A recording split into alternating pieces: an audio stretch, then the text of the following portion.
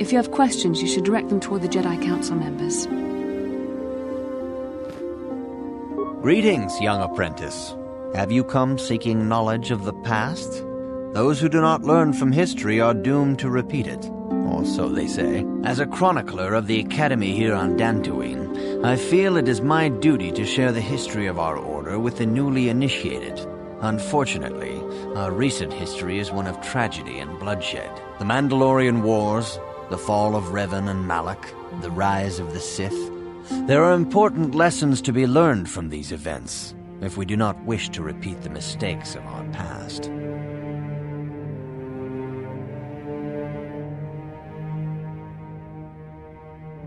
Of course, I could not tell you the entire history of our order. The Jedi have existed for thousands upon thousands of years. We are as old as the Republic itself. Instead, I will begin 40 years ago with the War of Exar Kun. Like Malak and Revan, Exar Kun was a Jedi who fell to the dark side and led an army against the Jedi and the Republic. Exar Kun was defeated, but the war left both the Republic and our own order severely weakened. For 20 years we struggled to rebuild, trying to erase the scars of the terrible conflict.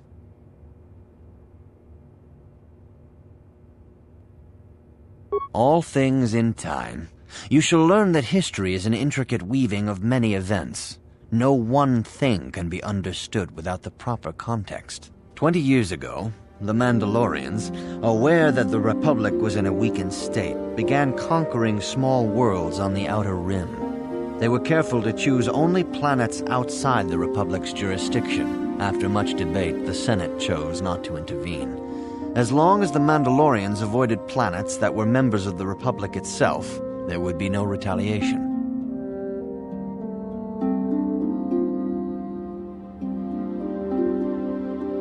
Well, you can hardly blame the Republic. The memory of war was fresh in everyone's mind. Nobody was eager to relive the horrors in a campaign against the Mandalorians. But in the end, it was unavoidable. The Mandalorians stockpiled resources from their conquered worlds, preparing for a massive assault. 7 years ago, they launched a simultaneous attack in 3 separate sectors of Republic space. The Senate had no choice but to retaliate with the entire Republic fleet. The Mandalorian Wars had begun. The Republic petitioned the Jedi Council for aid, but there were many factors to consider before we allowed ourselves to be drawn into another conflict, so soon after the war with Exar Kun. While the Jedi Council preached patience, there were many among our order who were eager for us to join the battle. 2 young knights in particular demanded immediate action, Revan and Malak. They rallied many of the Jedi to their cause, and against the wishes of their masters, joined the Republic fleet battling the Mandalorians. Revan was a brilliant military leader, and the Republic fleet began to win victory after victory. 4 years ago, the Mandalorians surrendered unconditionally.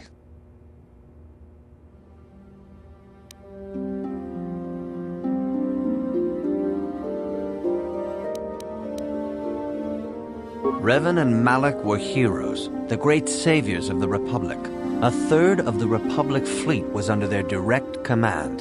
And then something happened. Instead of returning after the war's end, the ships under Revan's command went deep into unexplored space. They claimed to be searching for the last remnants of the Mandalorian fleet. All contact was lost. For many months it was assumed some great disaster had befallen the entire fleet. Everyone thought they were dead. There were unsubstantiated rumors of Revan and Malak being seen on a number of different planets during these months, scattered sightings that were never confirmed. Perhaps they simply went far beyond the edges of Republic space. Maybe they found previously undiscovered hyperspace routes to the ends of the galaxy. Nobody knows for certain. 3 years ago, Revan and Malak returned at the head of a massive invasion fleet. Revan had assumed the title of Sith Lord. The hero had become a conqueror.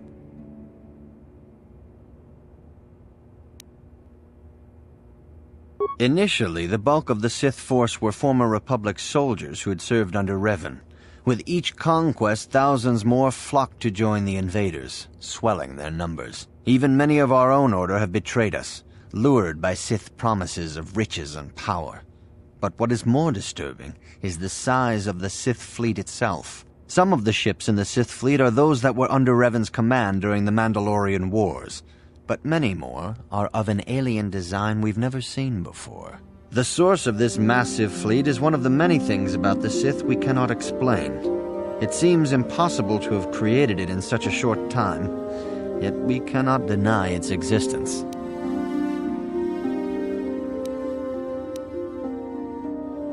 For 2 years, the Sith were all but invincible.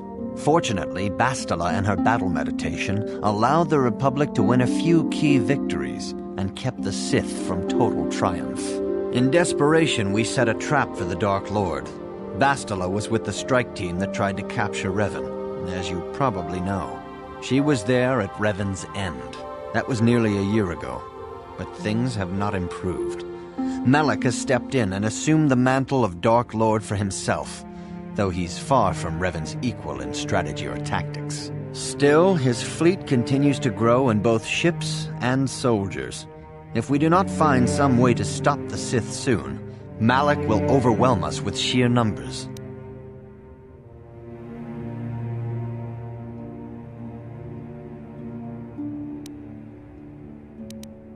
Revan's tale shows us how even the greatest of Jedi can fall to the dark side.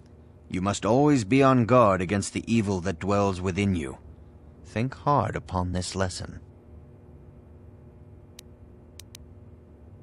This facility is a training academy. The archives here are restricted to those who have attained the rank of Master. We must protect overeager Padawans from being exposed to dangerous knowledge. The pursuit of knowledge is a noble goal, but there are some things that require the wisdom of a master to truly understand. You should ponder the history of Revan. It contains many lessons you may need if we hope to defeat Malak and the Sith.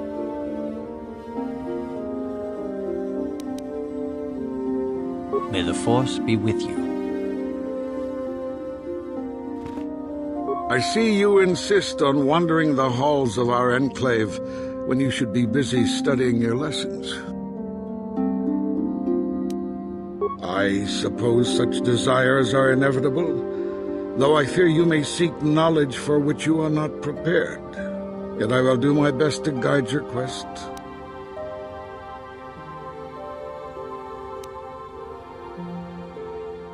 Bastila, the young Jedi holds great promise and great danger. She can do much for both the Republic and the Council. Without her skill in battle meditation, the Sith Armada would have conquered the galaxy long ago. But despite her command of the Force, Bastila is still young. She is a Jedi, but she has not attained the rank of Master. The Council would do well to remember this before we lay the fate of the galaxy on her slender shoulders.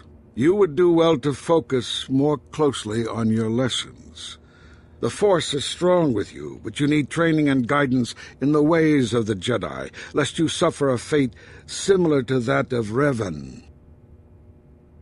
I see you insist on wandering the halls of our enclave when you should be busy studying your lessons.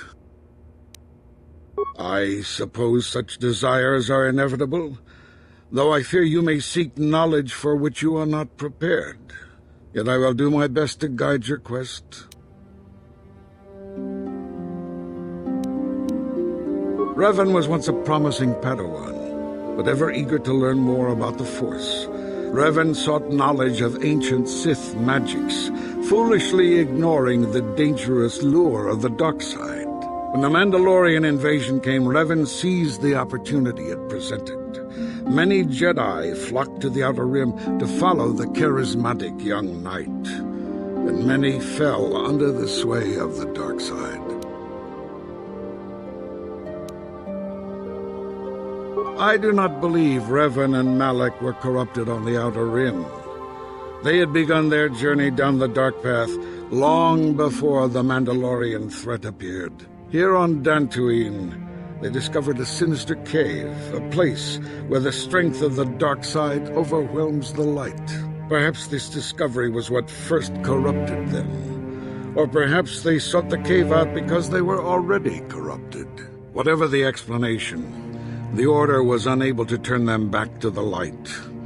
Had the Council taken more decisive action in this matter, perhaps Revan and Malak could have been stopped. But in this we failed. You would do well to focus more closely on your lessons. The Force is strong with you, but you need training and guidance in the ways of the Jedi, lest you suffer a fate similar to that of Revan. Good evening, apprentice. I trust your training goes well. A Jedi must ever be seeking knowledge. What is it you wish to know?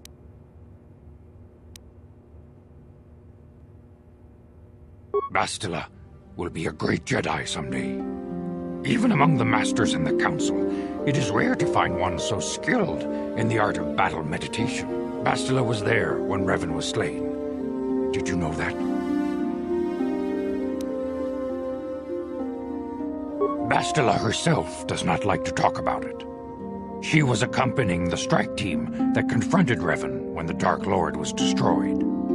Her role in the death of such a promising young Jedi as Revan upset her greatly. But Bastila knew she had to set her personal feelings aside for the sake of the galaxy and the Republic. The Force is strong with her now.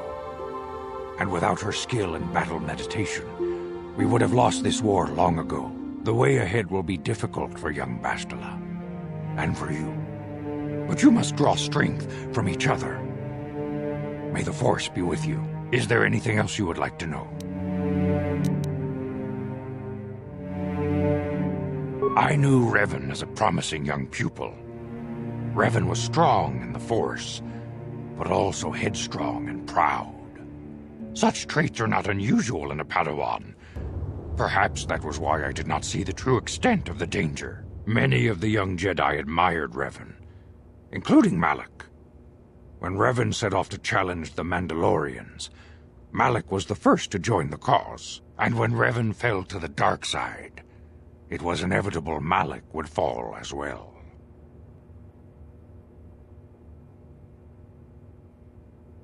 Revan was always the leader, the more powerful of the pair. When Revan fell, we had hoped the Sith threat was ended. But Malak quickly assumed Revan's role, and has embraced the dark side power as fully as his old master ever did. Now, Malak leads the Sith Armada against the Republic. Hate and vengeance for his master's death draw Malak ever further down the path of the dark side, fueling his powers until they surpass those of his old master. Only you and Bastila together can stop Malak now. The way ahead will be difficult for young Bastila, and for you. But you must draw strength from each other. May the Force be with you. Is there anything else you would like to know?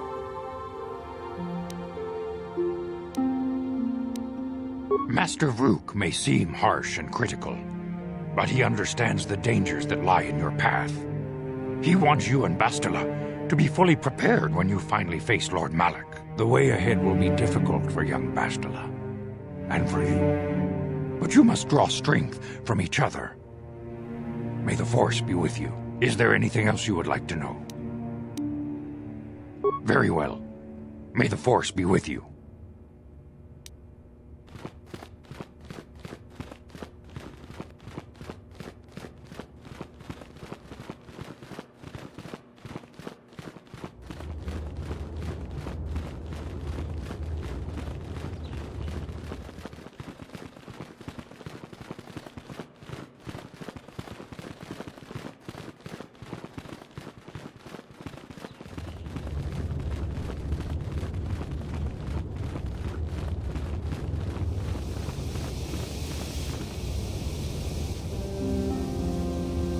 Hey there, what can I do for you? I'm sorry for the way I acted before. It's just that when it comes to Lena, I tend to get a little worked up. My brother and me had a good thing going. Sure, Griff had his run-ins with the law on Terrace, but we got by okay, until Lena came and ruined everything. She was a dancer at the cantina where my brother used to go play Pazik. Griff could be a real smooth talker, and it wasn't long before the two of them were dating. But Lena was used to dating rich Teresian nobles, guys with mountains of credits. Griff could never give her the lifestyle she was used to, no matter how hard he worked.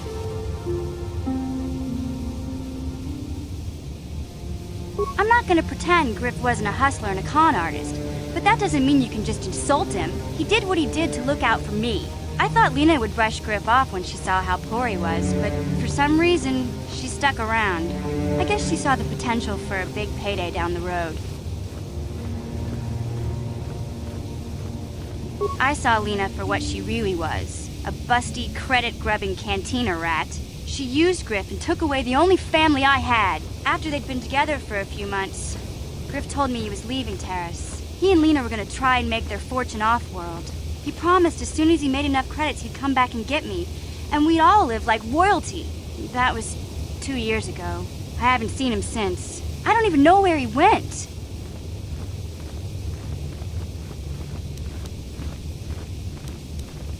Oh, I know what happened. As soon as she got him off Taurus, Lena sunk her claws into Griff butt good. She twisted him around her little finger and made him forget all about me. I know I'll probably never see Griff again. Part of the reason I came with you was the hope that I could find out what happened to my brother. Don't worry. I won't let the search for Griff get in the way of what we're doing. Let's just get back to the task at hand. Is there anything else I can help you with? I'm not the one you should ask about Dantooine. I didn't even know there was a Jedi Academy here. I always thought it was just a bunch of settlers and farmers. Sorry I can't be more help, you know. Is there anything else I can do for you? Okay, have it your way.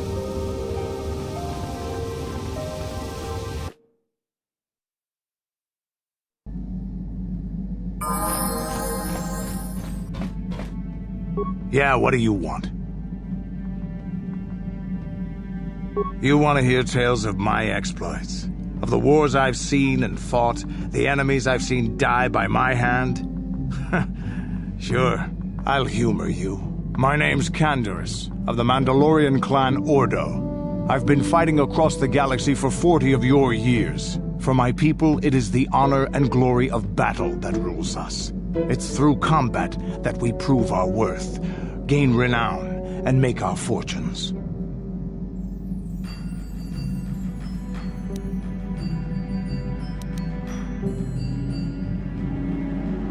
The Sith came to us with an offer. To fight a worthy enemy in a battle that would be remembered forever. Win or lose, as long as the fight is worthy, then honor is gained. The glory at having triumphed over impossible odds is what drives us. If there's nothing at stake, your possessions, your life, your world, then the battle's meaningless. We Mandalore take everything we are and throw it into battle. It's the true test of yourself. The battle against death. Against oblivion.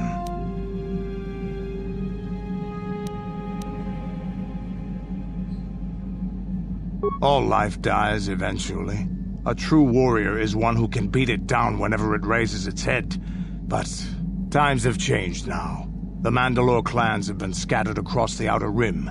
The Republic is in decline, and the Sith Empire rises to take its place. The clans as they were aren't a threat, but the galaxy still fears us. People think we war out of spite or bloodlust. They don't understand, and fear that. We only wanted the challenge of the battle, and glory from it, win or lose. And we lost. But now I have no real challenges. Crushing Davik's enemies and the pathetic gangs in the lower city of Taris could not be considered the most glorious of tasks. When I think of the battles I've fought, the thousands I've killed, the worlds I've burned, I weep for my past. We will never again speak of this. We've got work to do, so let's get to it.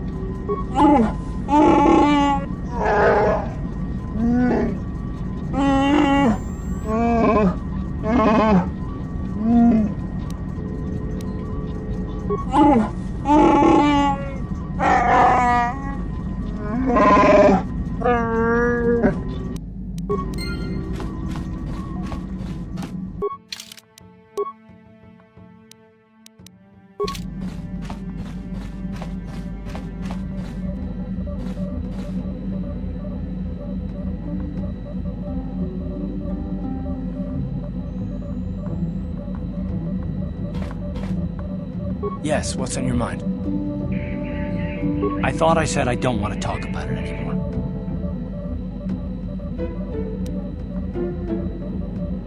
Cute. Nice to know you're so full of concern.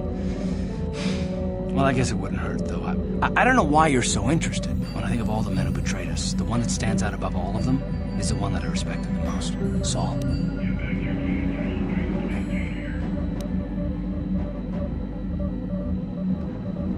You don't. I thought everyone did. But Admiral Saul Karath is the commander of the entire Sith fleet.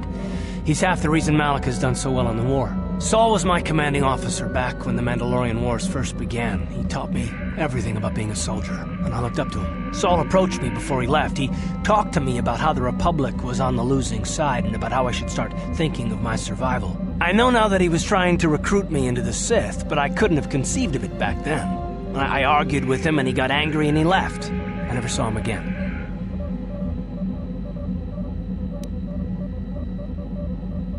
I didn't want to, maybe. Are you so sure you would have? Saul was my mentor. He led us to so many victories against the Mandalorians.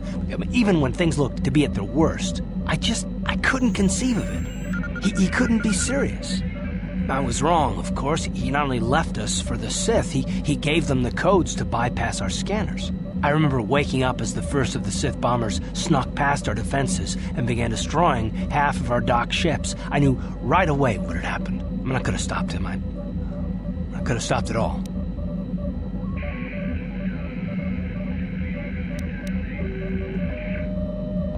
I don't know, maybe. He might have killed me if I tried, or I might have killed him. I was stupid, however, and I let him go.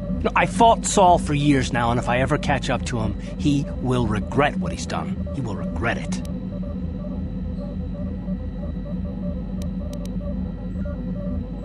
Well, there's more to the story, I guess. But I don't want to talk about it right now. Let's go!